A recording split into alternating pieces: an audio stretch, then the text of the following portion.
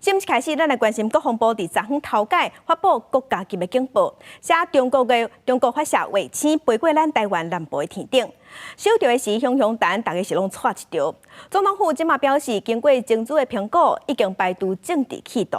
也毋过因为这个警报，国防部的中文写卫星，也毋过英文则是用 missile 飞弹这个字，国防部嘛有随对外回释的。 手机向几落遍国家级的警报，国防部连续发3遍的警示，讲中国伫咧初九下昼3点04分发射卫星飞过台湾的天顶，请民众注意安全。这也是国防部第一遍因为中国方面的行动发防空警报。迄当阵总统蔡英文正伫咧高雄替立委候选人徛台，也叫大家的民众莫紧张，毋是飞弹。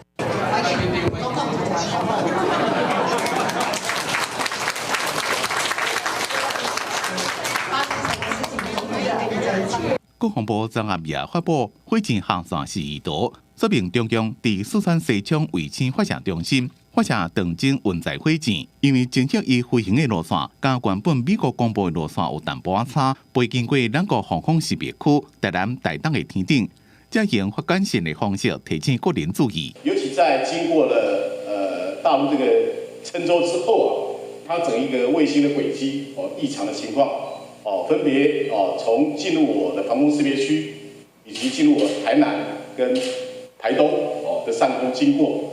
那在第4点的位置，你也看到这段时间它脱离了我这个防空识别区。不过警报内面中文讲是卫星，英文所用 missile， 互人叫是飞弹。行政院长陈建仁第一时间伫立法院回应时阵也讲唔对，国防部对此承认疏失道歉。这次国防部也申报抱歉。 英文有关这个 missile 的用词不够精准，这一部门国防部会深刻检讨。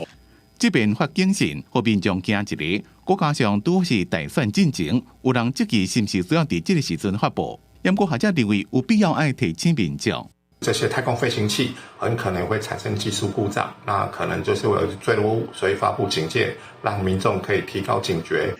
一方面是他自己本身发射卫星的需求，但是另一方面，它其实衍生出对台湾的威慑意涵。总统蔡英文也伫咧 FB 表示，民主社会就是爱公开透明。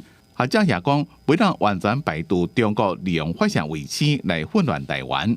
像日本面对飞过因天顶的不明物体，拢会发国家级的警报，以后民众也让国家有警觉的意识。记者综合报道。